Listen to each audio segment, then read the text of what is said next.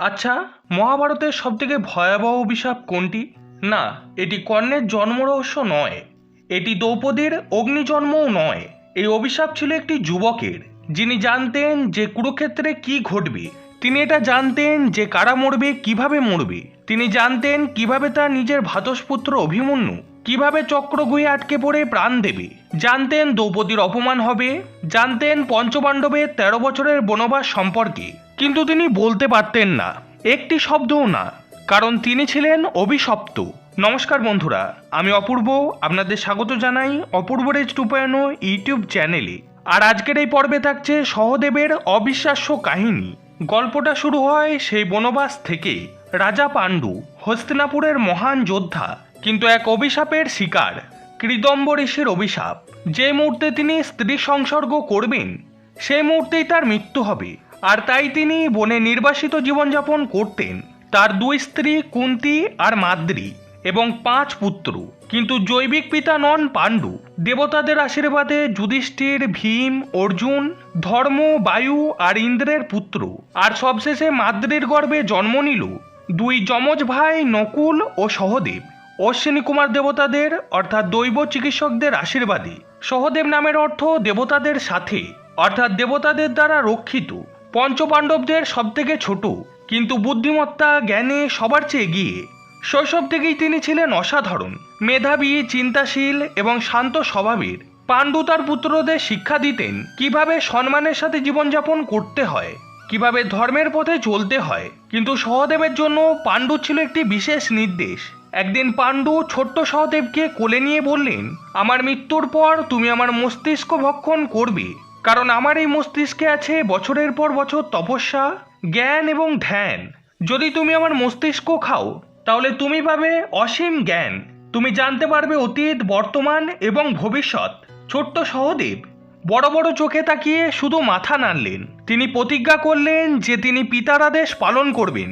কিন্তু ভাগ্যের পরিহাস ক্রূর। একদিন পাণ্ডু নিজের অভিশাপের কথা ভুলে গেলেন, মাদ্রির সাথে মিলিত হলেন।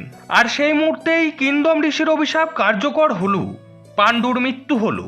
মাদ্রি শোকে এতটাই মুহ্যমান হলেন যে তিনি স্বামীর চিতায় সহমরণে গেলেন। পতিপত্নী একসাথে দগ্ধ হলো। কুন্তী আর 5 পাণ্ডব দাঁড়িয়ে রইলেন, অসহায়, শোকাহত। চিতা জ্বলছে, আগুনের শিখা উঠছে আকাশে। হঠাৎ করে সহদেবের মনে পড়ল পিতার শেষ আদেশ। কি করবেন তিনি? চিতা তো জ্বলছে, কিন্তু প্রতিজ্ঞা তো প্রতিজ্ঞা।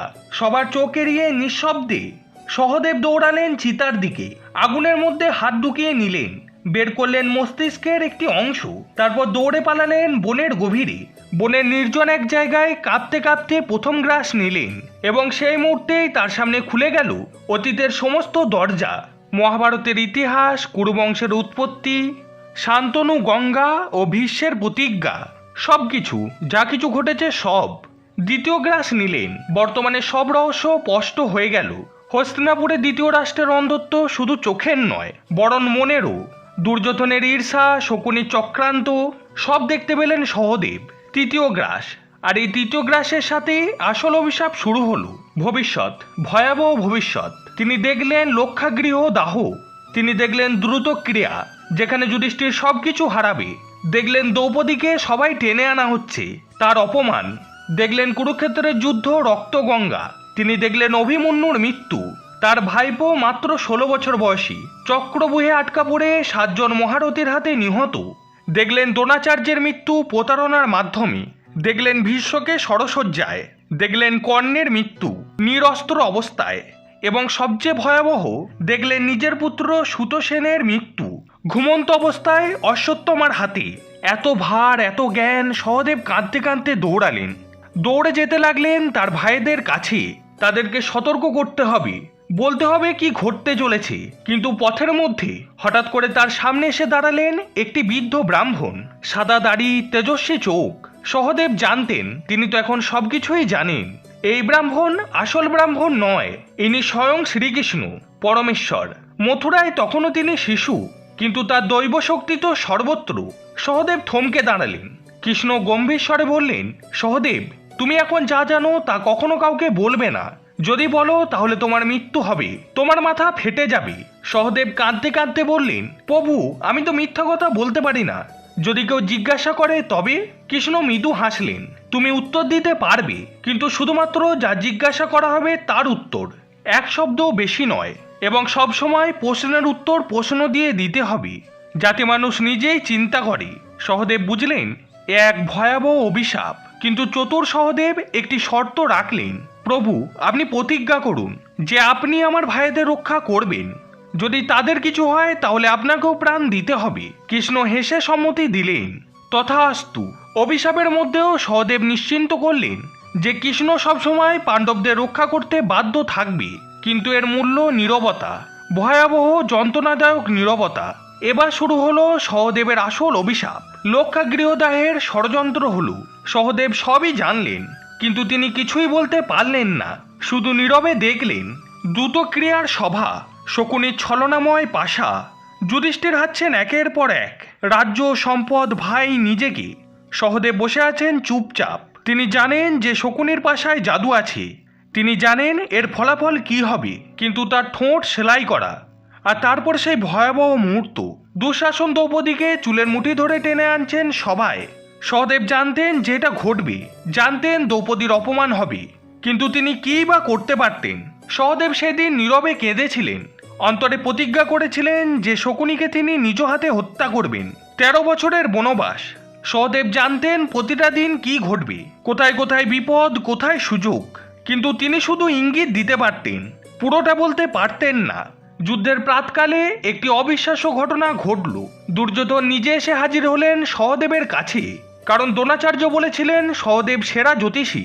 দুর্যোধন জিজ্ঞাসা করলেন যে কবে যুদ্ধ শুরু করলে আমার জয় নিশ্চিত। সহদেবের সামনে দ্বিধা। তিনি তো জানেন যদি তিনি সঠিক মুহূর্ত বলেন তাহলে কৌরবরা জিতবে, কিন্তু তিনি মিথ্যা বলতে পারেন না, এটা তার ধর্ম। তাই তিনি সত্য বললেন, অমাবস্যার দিন যদি যুদ্ধ শুরু হয় তবে কৌরবরা জিতবে। কিন্তু কৃষ্ণ তো আছেন। কৃষ্ণ এক চাতুরীর আশ্রয় নিলেন। তিনি তর্পণ করতে শুরু করলেন, যা শুধুমাত্র অমাবস্যায় করা হয়। সূর্য, চন্দ্র দেবতা বিভ্রান্ত হয়ে একসাথে হাজির হলেন। কৃষ্ণ বললেন, দেখো তোমরা একসাথে এসে হাজির, আর এই তো অমাবস্যা। এইভাবে কৃষ্ণ অমাবস্যা বানিয়ে ফেললেন সঠিক সময়ের আগেই। কৌরবরা যুদ্ধ শুরু করে দিল ভুল দিনে। সহদেবের সত্যবাদিতা রক্ষা হলো, আবার পাণ্ডবদের জয়ও নিশ্চিত হলো। কিন্তু যুদ্ধ শুরু হওয়ার পর প্রতিদিন সহদেব দেখতেন যা তিনি জানতেন তাই ঘটছে। অভিমন্যুর মৃত্যু ঠিক যেভাবে জানতেন, দ্রোণাচার্যের মৃত্যু ঠিক সেই প্রতারণায়, কর্ণের মৃত্যু ঠিক সেই অন্যায় পথে। প্রতিটি মুহূর্তই সহদেব জানতেন, কিন্তু তিনি কিছুই বলতে পারতেন না। রাতে নিজের তাঁবুতে একাই সহদেব কাঁদতেন। কত শক্তিশালী মন লাগে ভাবুন তো, জেনেও চুপ থাকতে। অবশেষে অষ্টাদশ দিবসে সহদেব তার প্রতিজ্ঞা পূর্ণ করলেন। শকুনিকে যুদ্ধে হত্যা করলেন। সেই শকুনি যার জন্য দ্রৌপদীর অপমান, যার জন্য তাদের বনবাস এবং যার জন্য এই যুদ্ধ। কিন্তু জয়ের আনন্দ কোথায়? সহদেবের পুত্র সুতোষেন সেই রাতেই নিহত হলেন অশ্বত্থামার হাতে, যা তিনি জানতেন কিন্তু আটকাতে পারতেন না। যুদ্ধ শেষ হলো, পাণ্ডবরা জিতলেন, সহদেব বেঁচে রইলেন। শকুনির পুত্র উলুককেও তিনি হত্যা করেছিলেন। যুধিষ্ঠির তাকে করলেন ব্যক্তিগত পরামর্শদাতা, কারণ যুধিষ্ঠির জানতেন যে সহদেব শুধুমাত্র জ্যোতিষী নন, তিনি বৃহস্পতির থেকেও বুদ্ধিমান। 36 বছর শাসন করার পর পাণ্ডবরা স্বর্গের উদ্দেশ্যে রওনা দিলেন। হিমালয়ের পথে একে একে পড়তে লাগলেন সবাই। প্রথমে দ্রৌপদী, তারপরে সহদেব। যুধিষ্ঠির জিজ্ঞাসা করলেন ধর্ম কি, সহদেব কেন মারা গেল? উত্তর এলো, কারণ সহদেবের জ্ঞানের জন্য অহংকার ছিল। কিন্তু আমরা এটা জানি যেটা সম্পূর্ণ সত্য নয়। সহদেব অহংকারী ছিলেন না, তিনি ছিলেন সম্পূর্ণ নম্র। কিন্তু হ্যাঁ, তার ভেতরে একটা কষ্ট ছিল, একটা অভিমান ছিল। আমি এত জানতাম কিন্তু কেউ আমাকে জিজ্ঞাসা করলো না, ভাইয়েরা শুনলও না। এই আত্মগ্লানি, এটাই ছিল তার দুর্বলতা। বিভিন্ন মহাভারতের সংস্করণে সহদেবের পাপ নিয়ে ভিন্ন ভিন্ন ব্যাখ্যা আছে। সরলা দাসের মহাভারত বলে সহদেবের পাপ ছিল জেনেও না বলা, জ্ঞান গোপন করা। কিন্তু ব্যাসদেবের মহাভারত বলে তার পাপ ছিল জ্ঞানের অহংকার। দুটোই সত্যি হতে পারে, কারণ জ্ঞান হলো একটা বোঝা, আর সেই জ্ঞান যখন ভাগ করা যায় না তখন তা অহংকারে পরিণত হতেই পারে। সহদেব হলো মহাভারতের সবথেকে আন্ডাররেটেড চরিত্র। তিনি অর্জুনের মতো বিখ্যাতও নন, আবার ভীমের মতো শক্তিশালীও নন, যুধিষ্ঠিরের মতো ধার্মিক বলেও পরিচিত নন। কিন্তু জ্ঞানে, বুদ্ধিমত্তায়, ধৈর্যে, আত্মনিয়ন্ত্রণে সহদেব ছিলেন অতুলনীয়। তিনি এটা শেখান যে জীবন মানে সবকিছু জানা নয়, জীবন মানে হলো যা জানি তা নিয়ে কিভাবে বাঁচবো সেটাকে জানা। তো বন্ধুরা, এই ছিল সহদেবের অবিশ্বাস্য কাহিনী। আজকের ভিডিওতে এ পর্যন্তই। এই ভিডিওটি দেখে যদি আপনাদের ভালো লেগে থাকে তাহলে অবশ্যই ভিডিওটিকে একটি লাইক করে কমেন্টে জয় শ্রীকৃষ্ণ অবশ্যই লিখে দিন। আর বন্ধুরা, ভিডিওটিকে অবশ্যই নিজের আপনজন ও বন্ধু বান্ধবদের সাথে শেয়ার করে দিন, যাতে তারাও এই অজানা জ্ঞান লাভ করতে পারে। এবং এই চ্যানেলে যারা নতুন এসেছেন তাদের কাছে আমার একটি ছোট্ট অনুরোধ, আপনারা অবশ্যই চ্যানেলকে সাবস্ক্রাইব করে পাশে থাকা বেল আইকনটিকে অলে সেট করে দিন এরকম ধরনের নিত্য নতুন ভিডিও প্রতিদিন দেখার জন্য। ঈশ্বরের কাছে প্রার্থনা করি আপনারা সবাই ভালো থাকুন, সুস্থ থাকুন। জয় শ্রীকৃষ্ণ, রাধে রাধে, জয় মা দুর্গা।